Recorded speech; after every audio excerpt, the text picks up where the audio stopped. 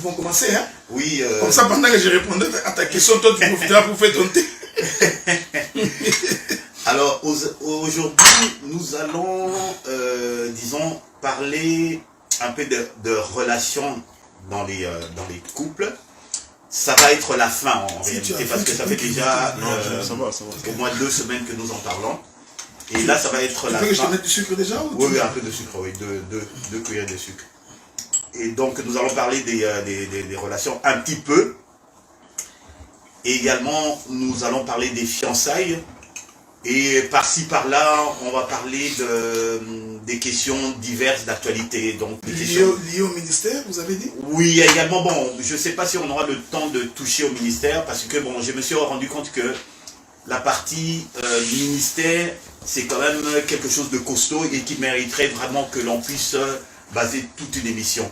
Parce que là, on pourra parler des choses, des prérequis en fait pour être un ministre. Okay. C'est un gros morceau et peut-être qu'on va l'aborder un petit peu cette semaine, mais il faudrait penser à faire toute l'émission là-dessus. Est-ce que Jessica est là? Je non, sais pas. Elle est montée, oh, c'est pas grave, c'est pas grave. Okay. Alors, ma première question, en fait, docteur, c'est sur Ésaïe 42, 7. J'ai suivi une intervention à vous. Attendez, je vais prendre les écritures.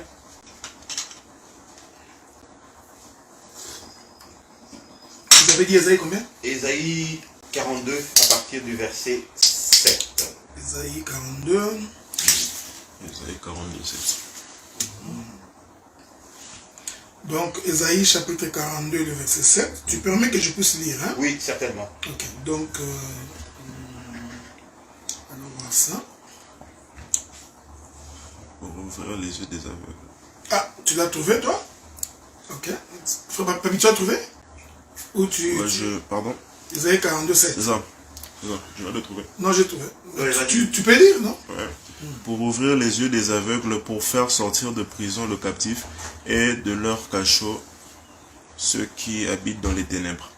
C'est ça? C'est ça. Ouais, c'est ça. Ok. Docteur, est-ce que vous pouvez faire juste un petit commentaire là-dessus? Donc, pour ouvrir les yeux des aveugles, pour faire sortir des prisons les captifs et de leur cachot ceux qui habitent dans les ténèbres, pour comprendre cette écriture-là, il faudrait que nous rentrions dans les livres de Luc. Dans les livres de Luc, dans son chapitre 4, je crois. À partir du verset 17, il est écrit, on lui remit les livres du prophète Ésaïe. Okay. Vous comprenez? Donc c'est ce livre-là que nous avions lu.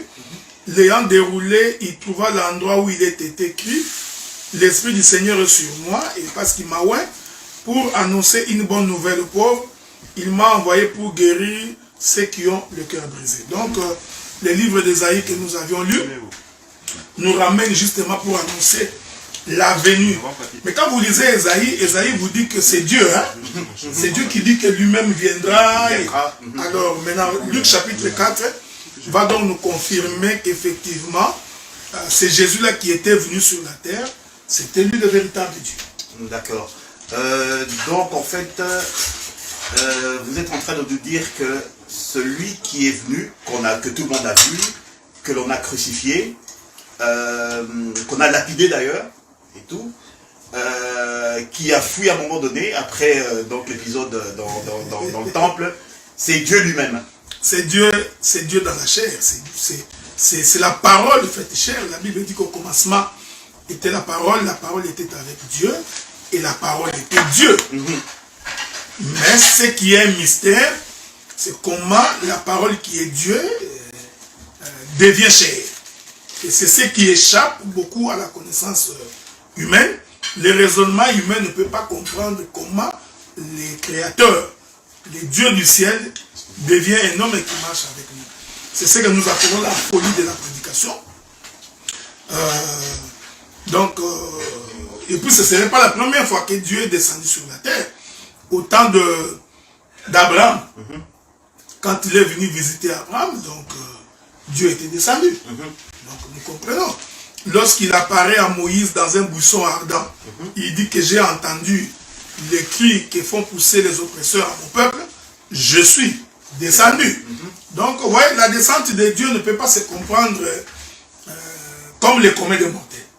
Donc, cet homme qui a circulé dans les rues de Galilée, c'était Dieu en personne. C'était Dieu lui-même en personne. Ouais, ouais. Bien. Quelquefois, ça porte effectivement une petite confusion. C'est là que ça me permet également d'introduire Genèse 1, 26. Okay. Là où Dieu dit, créons l'homme à notre image. D'accord? Et plus loin encore, il dit, et Dieu créa l'homme à son image. Bon, je ne sais pas, Dieu dit, créons l'homme à notre image. Il parle à qui là? Il parle à qui? Parce qu'on est déjà perturbé de savoir que, bon, en fait, celui qui marchait au milieu de nous, c'était lui-même le créateur. Bon, là, on est encore plus embrouillé.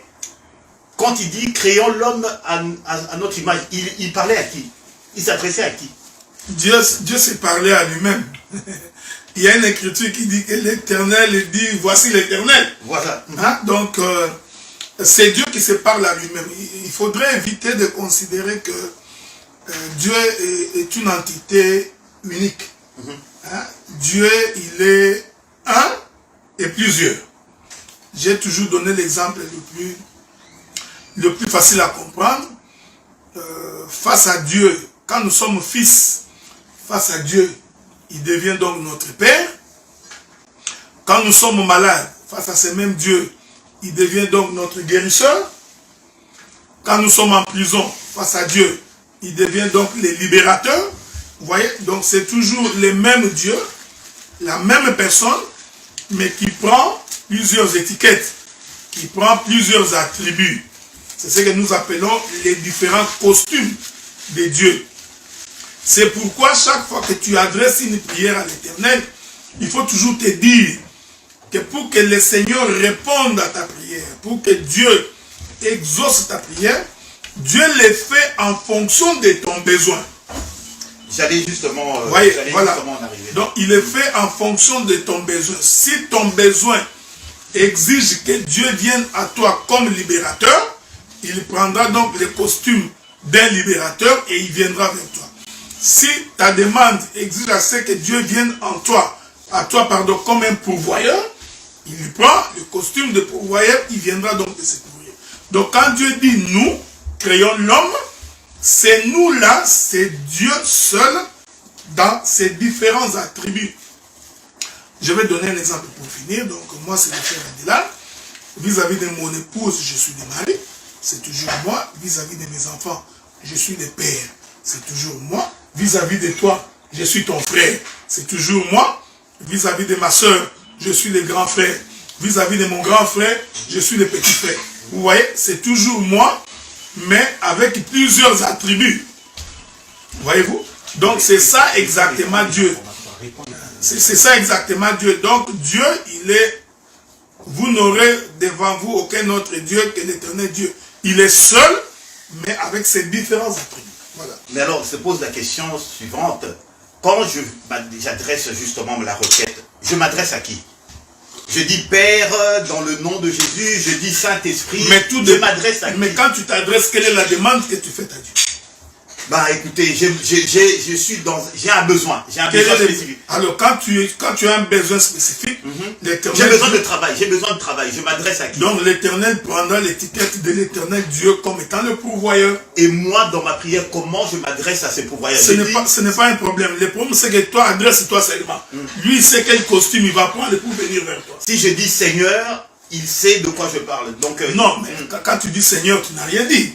Je m'adresse à lui en disant Seigneur, voici mon besoin, etc. Oui, c'est-à-dire que le besoin que tu exprimes va donc déterminer l'étiquette que Dieu prendra pour venir à ton aide. Ok. Donc, je lui adresse ma requête simplement. Tout simplement. Et lui, bon, bah, il sait ce qu'il faut faire. Il sait exactement que pour l'instant, il a besoin de moi en tant que père, ou il a besoin de moi en tant que protecteur, ou il a besoin de moi en tant que guérisseur. Donc, en fonction du besoin que tu exprimes, Dieu prend l'étiquette qui convient pour venir te soutenir. D'accord, en fait, c'est... en tout cas, merci pour la précision, parce que quelquefois, ça porte un peu ça porte un peu la confusion. Donc voici maintenant une autre question qui se pose. Donc, étant donné, vous savez qu'en ce moment-ci, bon, les gens sont accablés, les gens sont soucieux, indécis, anxieux, les gens traversent des moments difficiles. Ça peut être personnellement, ça peut être face à la situation du monde et tout. Et comment est-ce que, dans ces conditions-là, parce que les gens sont vraiment dans des choses pratiques de tous les jours, d'accord? Ils vivent des situations difficiles dans leur quotidien. Mais alors, dans ces cas-là, comment faites-vous pour que, dans ces conditions-là, justement, attirer les gens à Christ, leur parler de Christ? Parce que, bon, ils en ont vu d'autres. Ils ont entendu parler, ils ont été déçus. Il y en a beaucoup qui ont été déçus par telle et telle affiliation, par tel et tel prédicateur, par telle et telle assemblée, et tout. Comment faites-vous à l'heure actuelle, tout, où les gens sont plutôt englués dans des problèmes, alors à ne plus en parler, des problèmes quelquefois qui leur semblent insurmontables? Comment pouvez-vous faire?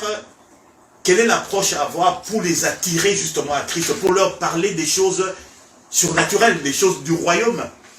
Bon, il faudrait d'abord que l'on se mette d'accord. La Bible dit que personne ne peut venir à moi s'il n'est pas attiré par le Père. Ok? Donc il faudrait d'abord commencer par enlever la conception que c'est nous qui attirons les gens vers le Seigneur. Parce que ça risque de nous gonfler la tête, de commencer à considérer que nous pouvons quelque chose par nous-mêmes. Nous croyons qu'il n'y a personne qui vient au Seigneur si le Seigneur ne l'a pas appelé. Donc c'est ça d'abord, il faut commencer par le savoir. Donc ainsi, nous n'avons aucune stratégie. Nous n'avons pas de formule magique pour que les gens viennent au Seigneur.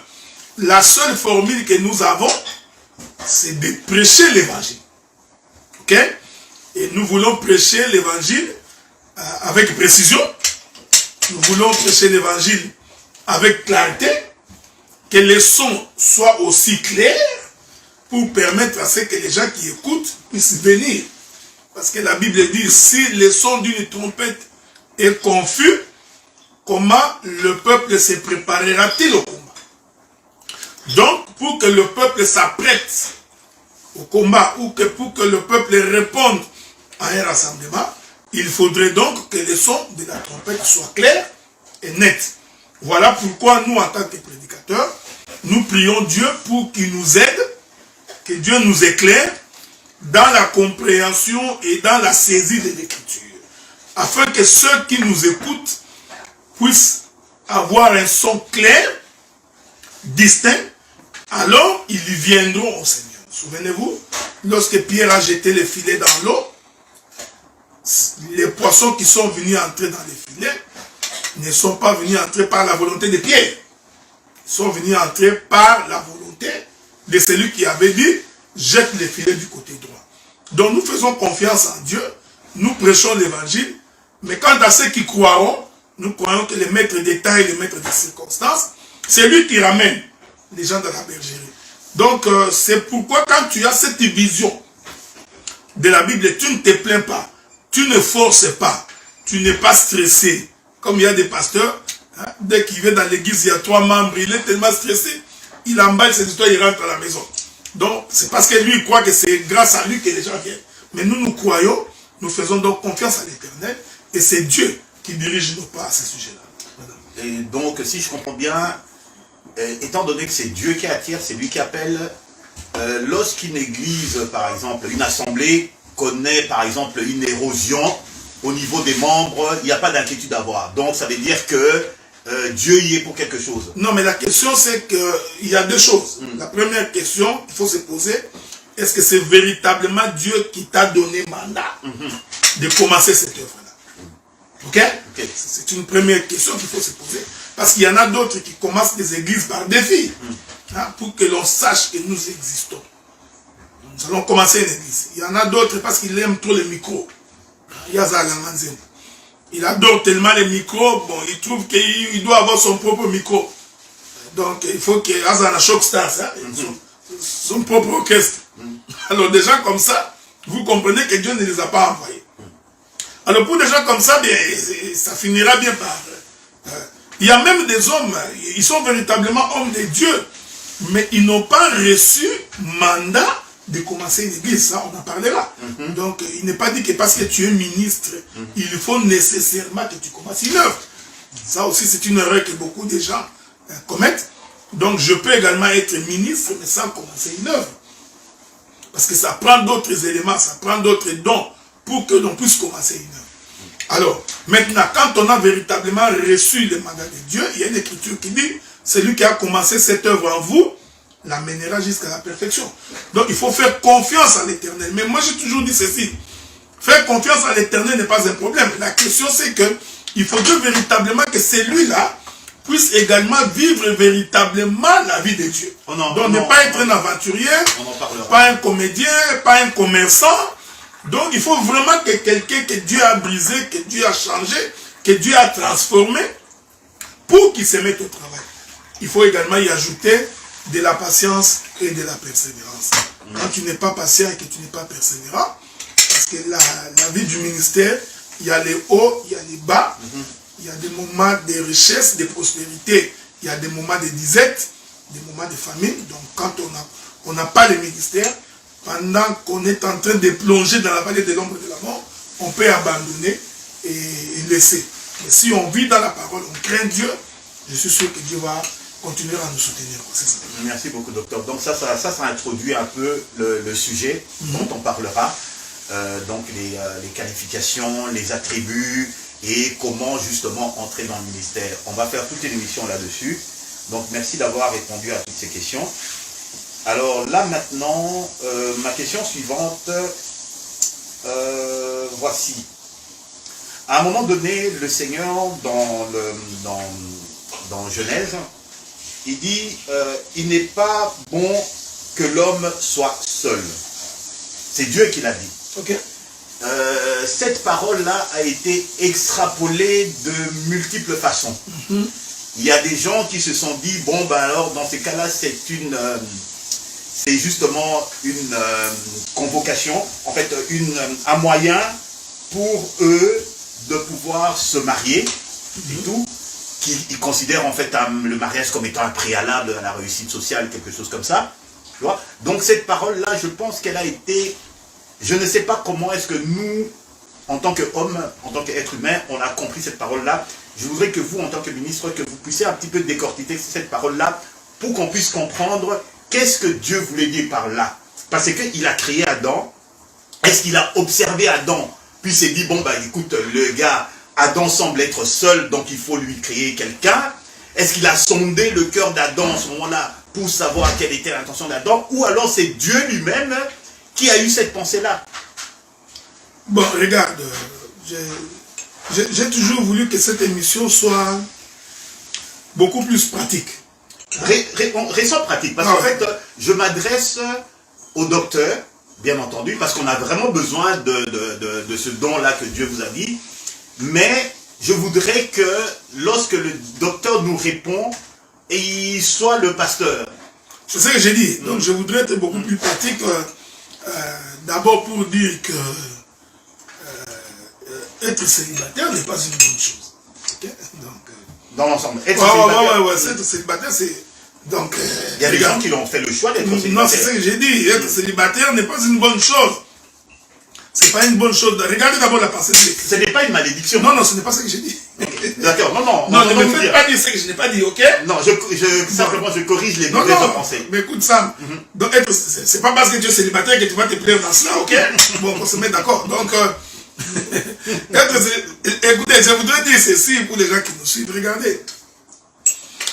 La pensée de Dieu, quand il créait Adam, c'était que l'homme se multiplie. Okay. Et en fait, cette multiplication de l'homme reflétait l'idée de Dieu lui-même qui voulait se multiplier. Ah, c'est pourquoi c'était sa pensée. Je n'entre pas beaucoup dans la prophétie, parce qu'en fait, Dieu n'a fait que projeter dans Adam ses propres désirs, ses propres besoins. ce que Dieu voulait être, il a projeté ça dans Adam. Ok. Donc quand Dieu dit à Adam, c'est pourquoi Dieu décide par lui-même de donner une femme à Adam. Tout ça, Dieu faisait la projection de sa propre personne. De ses propres besoins. Oui, oui, Dieu avait besoin d'une femme. Ok? Mais il fait cette projection-là dans Adam. Ensuite, il ajoute à Adam, je voudrais que vous soyez féconds, multipliez-vous et remplissez la terre. Ça aussi, en dehors de son caractère doctrinal, c'est aussi parce que Dieu voulait se multiplier. Dieu voulait remplir la terre. Ouais, donc Dieu projette dans Adam ce que lui, Dieu voudrait faire. C'est pourquoi la Bible dit que cet Adam était l'ombre de Dieu. Okay? Il était l'image de Dieu. Donc, ainsi, pris dans ce sens-là, le mariage serait une bonne chose. Pourquoi? Le frère Paul le dit dans le livre d'Éphésiens. Paul dit, vous permettez, hein? Je voudrais que nous lisions cette écriture-là, parce que c'est la Bible. Paul dit ceci dans les livres des Éphésiens. Je crois que c'est Éphésiens chapitre 4. Lisons cela. Paul dit ceci. Je suis dans les livres... Attendez, voilà. Éphésiens chapitre 5. Éphésiens chapitre 5. Je vais commencer par le verset 31. Les gens qui sont à la maison, ils peuvent lire s'ils veulent même plus haut, mais moi je commence par le verset 31. La Bible dit, c'est pourquoi l'homme quittera son père et sa mère. Ça c'est l'écriture que Dieu a repris dans le livre de Genèse. C'est pourquoi l'homme quittera son père et sa mère et s'attachera à sa femme. Les deux deviendront une seule chair. Jusque-là, il n'y a pas de problème. J'ai répété Genèse. Maintenant, Paul va donner l'intelligence de ces versets. Il dit, ce mystère est grand. Ok? Donc, quand l'homme quitte son père et sa mère, s'attache à sa femme, Paul dit que c'est un mystère. Donc, je vais prendre un exemple. Pour que tu saches que la main existe, que Dieu va te secourir par sa main, Dieu a d'abord créé un homme avec une main. Donc, la main est pour nous comme un matériel didactique. Donc, parce que si on n'avait pas la main avec ses doigts, nous n'aurions aucune idée de ce que c'est la main. Donc, Dieu institue le mariage pour qu'au travers du mariage, que nous puissions comprendre sa pensée. Paul dit, ce mystère est grand. Il continue maintenant, il dit, j'ai dit cela par rapport à Christ et à l'Église. Vous comprenez? Donc, quand l'homme naturel se marie, Dieu cache un enseignement. Cet enseignement-là, c'est par rapport à Christ et à l'Église. Ici, Paul veut identifier Christ comme étant l'homme, l'Église comme étant la femme. Voilà pourquoi nous disons de la même manière que Christ conduit l'Église. Parce que l'Église est conduite par Christ. De la même manière, l'homme est censé conduire sa femme. Ouais, mais nous précisons que c'est un mystère. C'est-à-dire que dans la vie de couple de chaque jour, il n'est pas dit que ça va express verbus être comme ça. Vous voyez? Donc, Dieu a utilisé ces matériels-là pour expliquer la pensée de l'éternité. Donc, ainsi, j'ai dit, l'idéal serait que tout homme et toute femme se marient. En tout cas, docteur, merci d'avoir apporté... pour se multiplier, parce que si tu ne te maries pas, tu es méchant, tu insultes tes parents. Parce qu'ils t'ont donné la chance de vivre sur la terre. Donc si eux avaient refusé de se multiplier, tu ne serais pas vivant. Donc, je pense que les célibataires... c'est une forme d'égoïsme. T'as compris.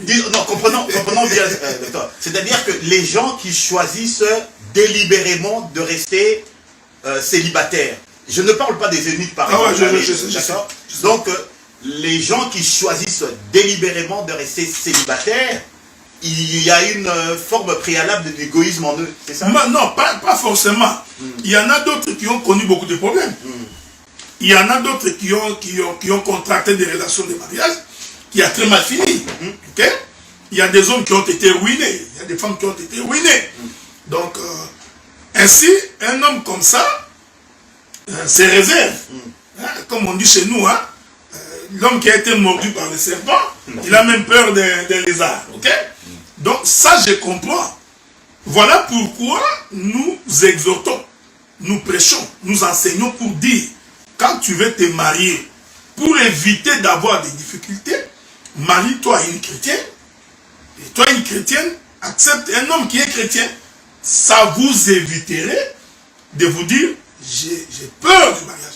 Vous voyez, aujourd'hui, dans les pays occidentaux, on fait la promotion de vivre en couple, sans être marié. On fait la promotion des célibats. Mais pourquoi on en fait? Ce n'est pas parce que le mariage est mauvais. C'est parce qu'ils se sont rendus compte que beaucoup de gens qui s'étaient mariés en étant païens, ne connaissant pas Dieu, ils ont beaucoup plus souffert que de se réjouir. Donc quelqu'un qui achète sa maison avec sa femme, il paye l'hypothèque pendant 25 ans. Dès que l'hypothèque est finie, la femme se réveille un matin, il dit à l'homme, je ne veux plus de toi, on te chasse, la femme récupère la maison. Tu vois, il y a ces éléments-là qui font en sorte que, finalement, les gens ont peur de se marier. Mais qui est derrière ça? Mais c'est le diable. C'est le diable qui est derrière ces mouvements-là pour empêcher que les hommes, parce qu'en fait, plus les familles sont stables, plus la nation grandit. Plus les familles sont stables, plus les enfants sont bien éduqués. Le diable ne force jamais personne. Non, non, mais regarde, il n'a pas besoin de te forcer. Si tu es faible d'esprit, il saisit l'occasion. Donc, c'est pourquoi nous conseillons, nous demandons aux frères et aux sœurs de s'attacher à Dieu. Et quand nous disons s'attacher à Dieu, alors dans les vrais. C'est-à-dire vraiment en craignant Dieu. Et quand tu crains Dieu, je pense que tu n'auras pas peur du mariage. Docteur, aussi bien les couples chrétiens que les couples païens rencontrent les mêmes défis de la vie. D'accord? Alors, quel conseil, en fait, comment allez-vous exhorter les personnes donc, qui veulent se marier en disant que non, effectivement, vous avez un plus lorsque vous vous mariez en famille? Qu'est-ce qu'ils ont de plus et tout? Quel est le langage que vous aborderez justement quand vous vous adressez aux personnes pour leur faire comprendre que il est bon de se marier en famille plutôt que d'aller chercher à l'extérieur, parce que les défis sont les mêmes, les défis de la vie sont les mêmes. Bon, il faut d'abord qu'on précise que quand nous parlons famille ici, nous voulons dire la famille de la parole. Oui, bien sûr. Parce que quelqu'un mal intentionné va aller épouser sa soeur, il va dire que nous avions dit que c'est vous pouvez épouser famille. Regardez, il y a d'abord un avantage précieux de se marier dans les Seigneurs. Vous avez les mêmes valeurs. Vous craignez Dieu. Déjà, le simple fait de craindre Dieu va vous éviter beaucoup de difficultés. Donc, puisque je crains Dieu, je ne serai pas infidèle à mon épouse. Oui? Donc, je ne suis pas infidèle parce que j'ai peur de mon épouse. Non, je ne suis pas infidèle parce que je crains Dieu. La femme également, à son tour, ne peut pas être infidèle, non pas parce qu'elle a peur de moi, mais parce qu'elle craint Dieu. Donc, c'est le fondement de la parole qui fait en sorte que nous vivons en paix. Et il faut se dire, puisque nous craignons Dieu et que nous n'allons pas faire des bêtises, qu'est-ce qui s'ensuit? Nous aurons la paix. Nous aurons la compréhension. On ne peut pas entrevoir les divorces. C'est pourquoi Jésus, répondant à cette question, dira, il n'en était pas ainsi au commencement. Parce qu'au commencement, l'homme et la femme étaient intègres vis-à-vis des lois de Dieu. Donc, maintenant, si vous épousez un païen, parce qu'il y a des païens gentils, ne vous en faites pas. Nous avons des païens gentils. De bonnes mœurs, de bonnes familles. De bonnes familles. Très respectueux, etc. Mais ce sont des hommes, c'est un homme animal. Parce que lorsque les difficultés viendront, sa réaction va te prouver que cette gentillesse n'était que de façade. Oui? Donc, c'est-à-dire que, regardez, n'avez-vous pas remarqué que dans les pays occidentaux aujourd'hui, on est en train d'effriter les valeurs chrétiennes. On a enlevé tous les cours des religions, bien que c'est... On a banni toutes les valeurs qui font en sorte que l'enfant ne va pas voler parce qu'il sait que voler c'est mauvais. L'enfant ne se livrera pas à l'escroquerie parce qu'il sait que c'est mauvais. Donc, les cours qui donnaient ces valeurs-là, aujourd'hui, la religion qu'on appelle l'athéisme, parce que l'athéisme est une religion. On en parlera avec l'aide de Dieu. Un athée, ce n'est pas quelqu'un qui est sans religion, non. Un athée, c'est toute une religion. Oui. Hein? C'est cette religion de libertinage, c'est cette religion de tout est permis, tu vois. L'homme et Dieu. Hein. Voilà, donc vous voyez, donc c'est une religion très dangereuse, parce que c'est cette religion-là qui va amener la manifestation de l'Antéchrist. Donc soyez en paix, c'est comme j'ai toujours dit, ce qu'on appelle communément démocratie, c'est une religion. C'est une religion qui prépare l'apparition de l'Antéchrist. Donc, c'est pourquoi j'ai dit, quand on marie un chrétien ou une chrétienne, ici je parle des gens qui sont changés, hein, transformés, brisés. Bon, ok. Merci d'apporter cette précision, parce que bon, il y en a qui vont dire que bon, on a vu des comportements pires, même chez les couples chrétiens. Non, mais parce que, non, ce ne sont pas des chrétiens, c'est pas celui qui va à l'église qui est forcément chrétien. Donc quelqu'un peut aller à l'église sans être chrétien. Il faut faire attention. C'est pas parce que tu as vu un frère ou une soeur dans l'église, tu conclus que oui, c'est un chrétien, je vais l'épouser. Non, non, non. On reconnaît l'arbre par ses fruits. Il faut aller vérifier son témoignage, son mode de vie, sa manière d'être, pour savoir s'il a véritablement rencontré le Seigneur. En passant, on est en train, juste pour rappeler à les gens qui nous suivent, on est en train de parler de beaucoup de choses à la fois, mais on reste encore focalisé sur les familles, sur les couples, sur leurs relations. On reste encore focalisé là-dessus. Comme le docteur l'a précisé tout à l'heure, le mariage est tout un mystère. Alors, je voudrais également avoir un commentaire de l'homme de Dieu sur 1 Thessaloniciens 4, 3 à 5. Voilà. Dans votre version. Qu'est-ce qui est écrit là, 1 Thessaloniciens 4? Oui, c'est que Dieu veut que c'est votre sanctification, etc., que vous vous absteniez de l'impudicité, etc., etc. 1 Thessaloniciens 4, vous avez dit, hein? 1 Thessaloniciens 4, à partir du verset 3 jusqu'à 5. On va lire ça. Bon, il est écrit, je lis, ce que Dieu veut, c'est votre sanctification, c'est que vous vous absteniez de l'impudicité et que chacun de vous sache posséder son corps dans la sainteté et dans l'honnêteté, sans vous livrer à une convoitise passionnée, comme font les païens qui ne connaissent pas Dieu. Maintenant, si tu l'encadres, si tu prends cette parole-là et que tu l'introduis dans le cadre de mariage, un couple marié, comment est-ce que tu vas t'adresser à eux? Je ne sais pas ce que je voudrais dire, j'essaie de comprendre. C'est-à-dire que, bon, voilà, écoute, prends ce verset-là, prends ce qu'on vient de lire, et tout, dans le cadre de mariage. Vous êtes en train de conseiller un couple marié qui a des problèmes et tel problème, que ça peut être un problème d'infidélité, etc., qui a des problèmes, et vous prenez cette parole-là pour vous adresser à eux. Donc d'abord, premièrement, je voudrais leur dire que quand on se marie, ce n'est pas pour devenir impudique. Okay? C'est pourquoi avant de se marier, il faut d'abord consulter Dieu, et rassurer, être sûr avec Dieu que ce que tu fais là, c'est véritablement ce que Dieu veut. Alors, les gens qui rentrent dans un mariage pour se méconduire, ils doivent s'attendre que beaucoup de choses peuvent arriver. Et j'ai toujours pensé que, comme la Bible dit, quiconque va avec une prostituée fait corps, hein, avec la prostituée. Généralement, quand on va avec une autre femme, sur le plan spirituel, on fait corps. Hein? Et ça devient des fois difficile de revenir là où vous étiez sortis. Donc, ce que je voudrais demander aux gens qui sont mariés, je n'ai même pas besoin de les demander, parce que si véritablement vous êtes mariés et que vous connaissez Dieu, ces choses ne peuvent pas vous arriver. Okay? Ces choses ne peuvent pas vous arriver. Et aussi, le combat de l'homme, c'est justement prendre de l'autorité sur son corps. Donc, il faut, l'homme, c'est que, parce que c'est une émission en forme d'interview, en fait, l'homme est composé de deux parties. Hein.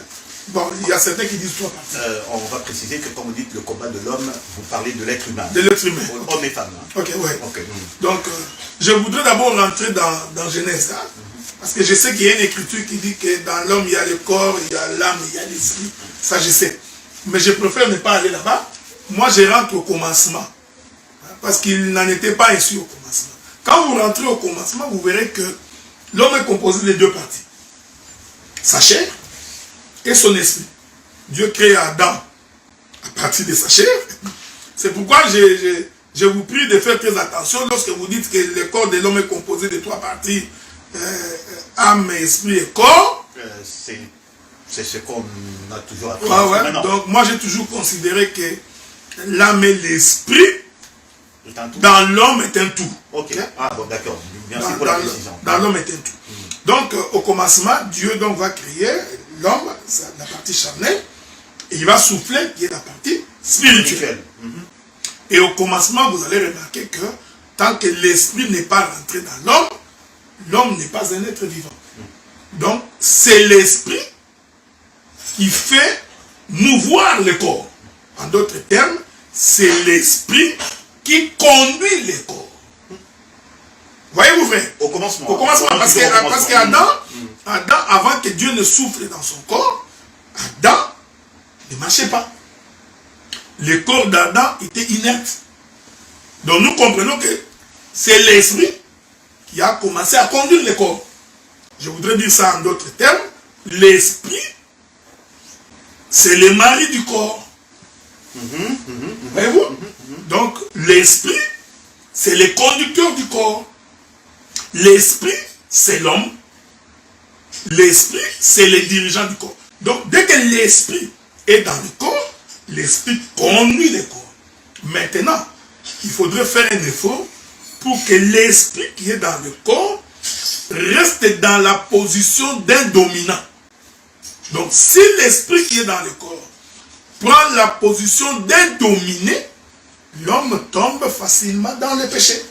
Cela veut dire le corps est en train de diriger l'esprit. Hein? Ce qui est contraire à la vision de Dieu. La vision de Dieu voudrait que l'esprit conduise le corps. Quelqu'un qui est dépressif, par exemple, et tout, ce n'est plus, c'est son esprit qui est abattu. L'esprit. Exactement. La chair a pris le dessus. Tu comprends ce que je dis? Parce que la dépression, c'est que l'esprit est en train de subir la pression de par les éléments extérieurs. Donc, ce que j'ai dit est très profond. C'est ça même les fondamentaux de l'évangile. C'est que Dieu a fait en sorte que l'esprit dirige le corps. C'est pour ça qu'il dit en réalité dans l'homme c'est l'esprit. C'est l'esprit, voyez-vous.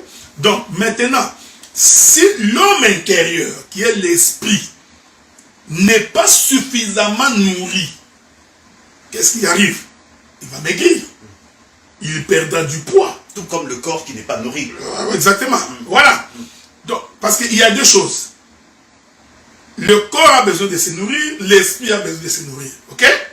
L'homme ne vivra pas seulement de pain. Seulement. C'est-à-dire que l'homme vit aussi du pain.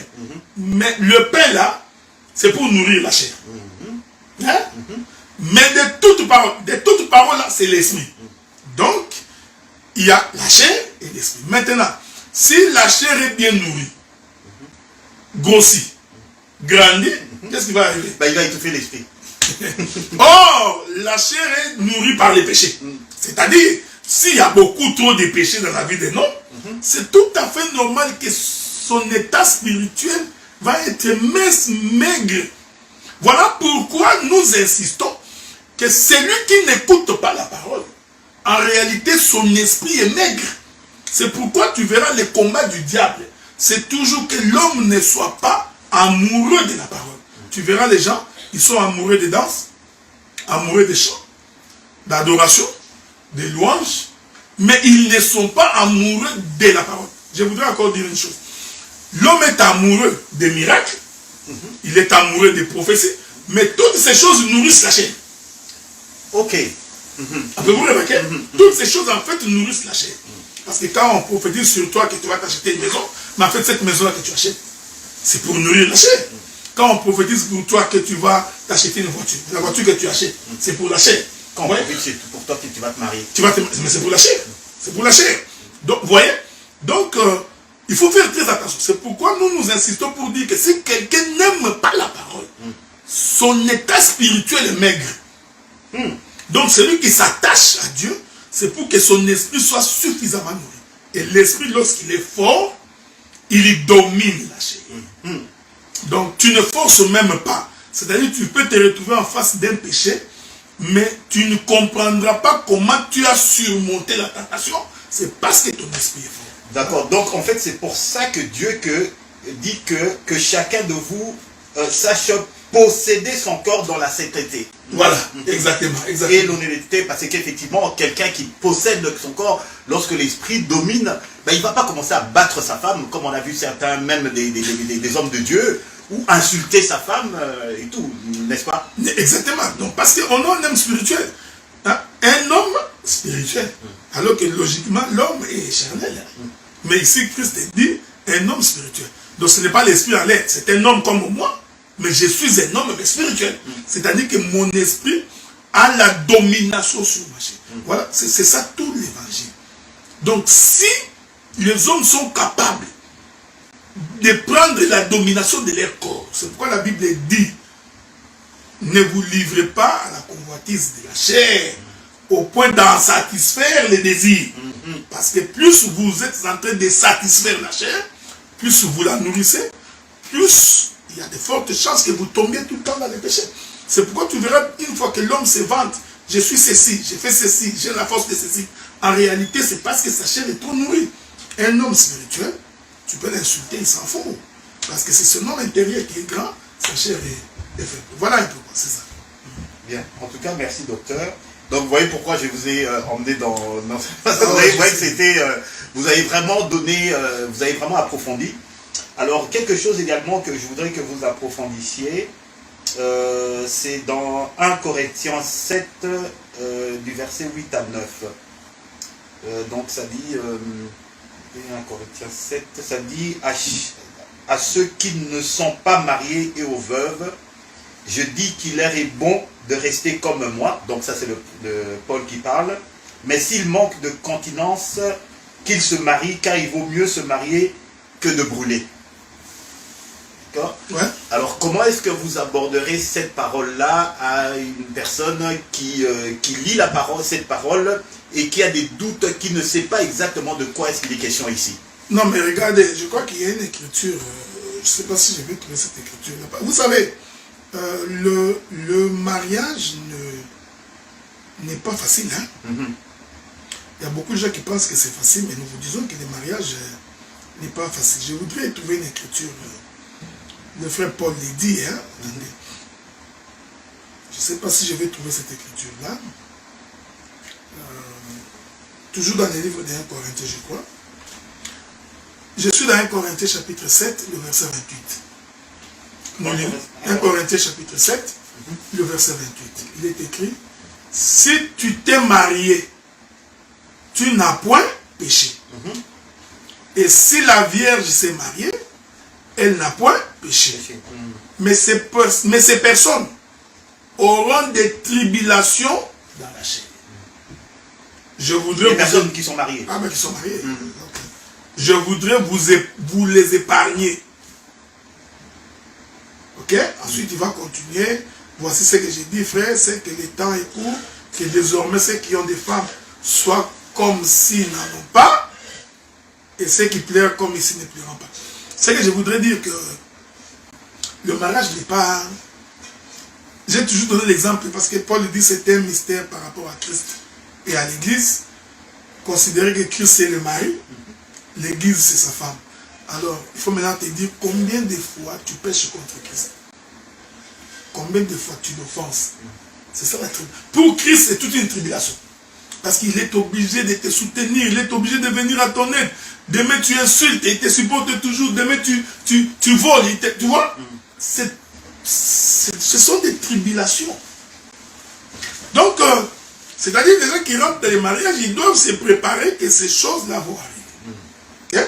C'est pourquoi Paul, lui, conseille, il dit que ceux qui veulent être comme moi, je préférerais pour éviter Je crois même quand on est un homme de Dieu et qu'on n'a pas la paix dans la maison, même la méditation des Écritures devient difficile.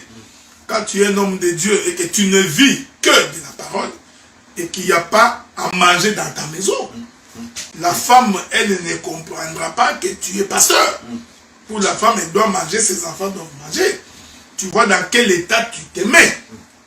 Ce sont des tribulations. Donc, quand tu es marié et serviteur de Dieu, même si le travail t'appelle quelque part, tu ne peux pas partir 6 mois, 7 mois, 9 mois parce que tu as des responsabilités. Donc, vous voyez, c'est ça que Paul dit, je préférerais que d'être comme moi, de ne pas se marier et de vous attacher aux choses de Dieu.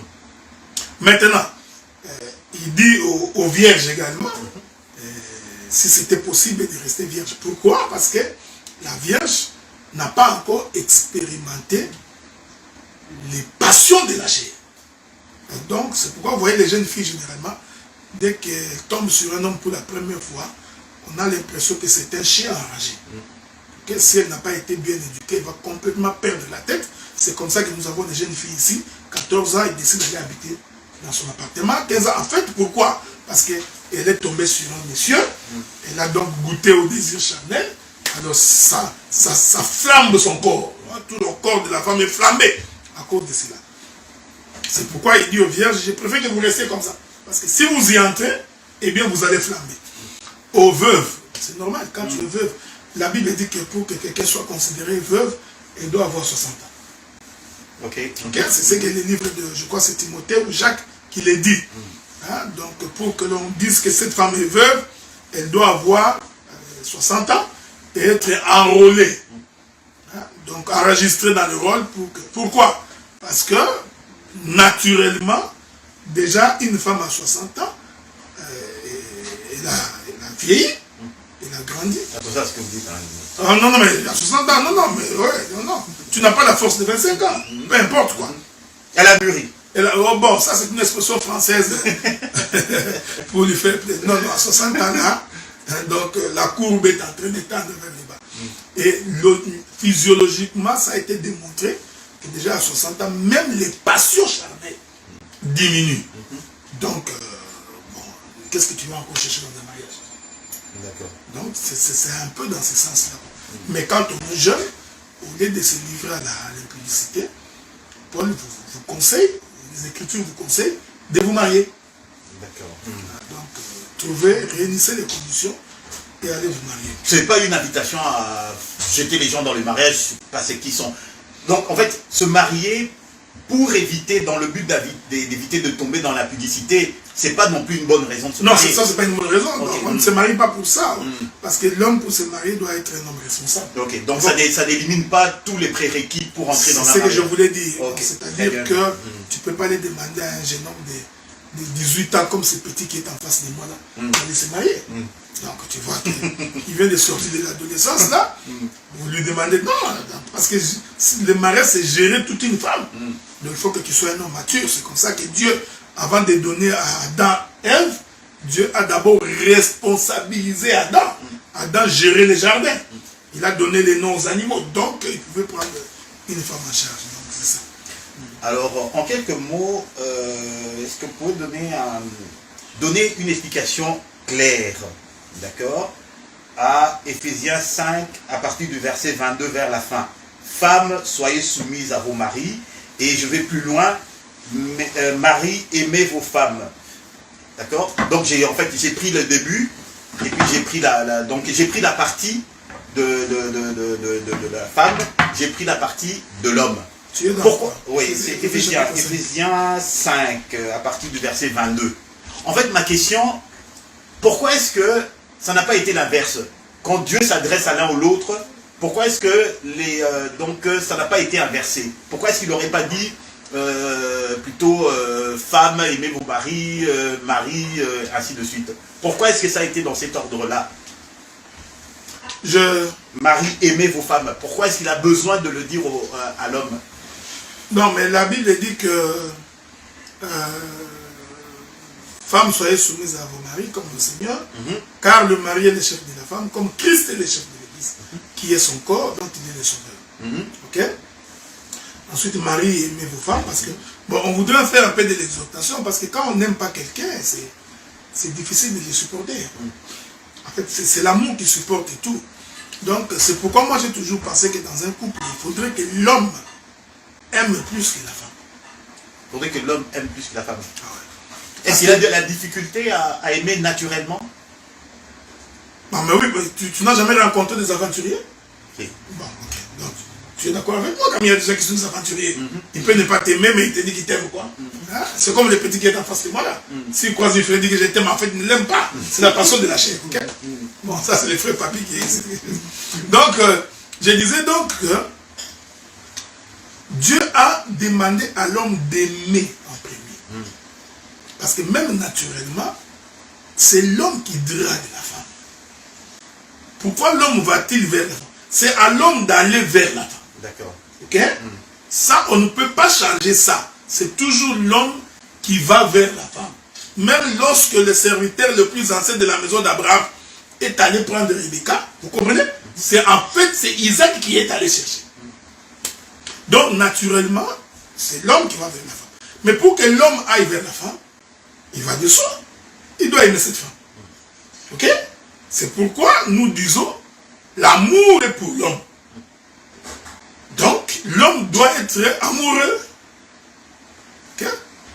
Parce que c'est l'amour qui fera en sorte que, lorsqu'il prendra une femme, il supportera les faiblesses de la femme. Ok. Hein? Donc, parce que la femme est un être faible, c'est ce que la Bible dit. On revient encore à ce que vous avez expliqué tout à l'heure. Exactement. Donc, la femme étant un être faible, il faudrait donc un homme fort qui ait la capacité de les supporter, d'aller vers. Pourquoi? Parce que cela détermine la position de Christ. Christ qui nous... C'est pourquoi Jésus dit, c'est moi qui vous ai aimé le premier. Hein? Donc, il y a des gens qui chantent des choses qui ne sont pas vraies. Hein? Comme des chansons qui disent Nalinga Yesu, Yesu Bolingo Nangai. Non. En fait, nous n'avions jamais aimé Jésus. C'est Jésus qui nous a aimé les premiers. Il a dit, c'est moi qui vous ai choisi. C'est moi qui suis venu vers vous. Vous voyez? Donc, pour que nous nous montions au ciel, il fallait d'abord que lui descende dessus. Donc, la Bible est parfaite. Hein? Donc, le ciel doit d'abord donner la pluie. Donc, l'homme doit d'abord descendre. Donc, c'est tout à fait normal. Donc, si l'homme n'était pas descendu, nous ne l'aurions pas aimé. Donc, Dieu en premier, il vient vers nous. Il nous parle. Il nous séduit. Il sème l'amour en nous. Maintenant, pour que nous nous manifestions, que nous l'aimons aussi, nous les manifestons en observant sa parole. C'est ça la femme, soyez soumise. Ok. T'as compris, hein? C'est-à-dire que quand la femme trouve qu'elle est aimée, elle se soumet facilement. En fait, cette soumission est conditionnée par l'amour. Tu comprends? Donc, le fait que moi j'étais un pécheur, n'ayant pas droit de citer dans ces choses, ne pouvant pas hériter le royaume, sans espérance, Christ est descendu. Il est mort pour me donner la vie. En reconnaissance de cet amour, c'est pourquoi j'ai obéi. Parce que je me dis, si n'eût été lui, je ne serais pas devenu ce que je suis. Donc en fait, c'est l'amour qui donne lieu à la soumission. Donc j'ai toujours été étonné, un homme qui n'aime pas la femme, il insulte sa femme, du matin au soir. Il insulte un coureur de jupons, il est dans des bars, dans des boîtes de nuit, il rentre à 5 h du matin, mais il voudrait demander à la femme d'être soumise. Non!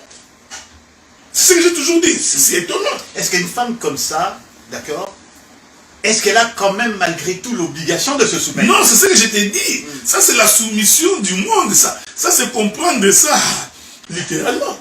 Donc, si on n'aime pas, on ne peut pas demander la soumission. Comprenez-moi bien, docteur. L'homme qui n'aime pas, qui se comporte de la manière dont vous voulez dire, n'a a perdu son droit de demander la soumission à la femme. Mais s'il le fait quand même, quel doit être le comportement de la femme en réponse à ça? Mais tu sais que la soumission est fonction de l'amour. Hein? Donc, comment voulez-vous demander une soumission alors que vous n'aimez pas quelqu'un? Mais il y a des hommes tordus qui le font quand même. Et Dieu soit loué parce que ce sont des hommes tordus. Je viens de le dire. Ce sont des hommes tordus. C'est tout à fait normal qu'ils agissent comme ça. Ouais, frère. C'est pourquoi j'ai dit, l'amour, ce n'est pas que tu as aimé quelqu'un, il m'aime, bisous, non. Donc l'amour, pour qu'il y ait la paix. Vous voyez que le problème se trouve chez l'homme. Donc quand tu as un homme inconverti, tout le reste ne marchera pas.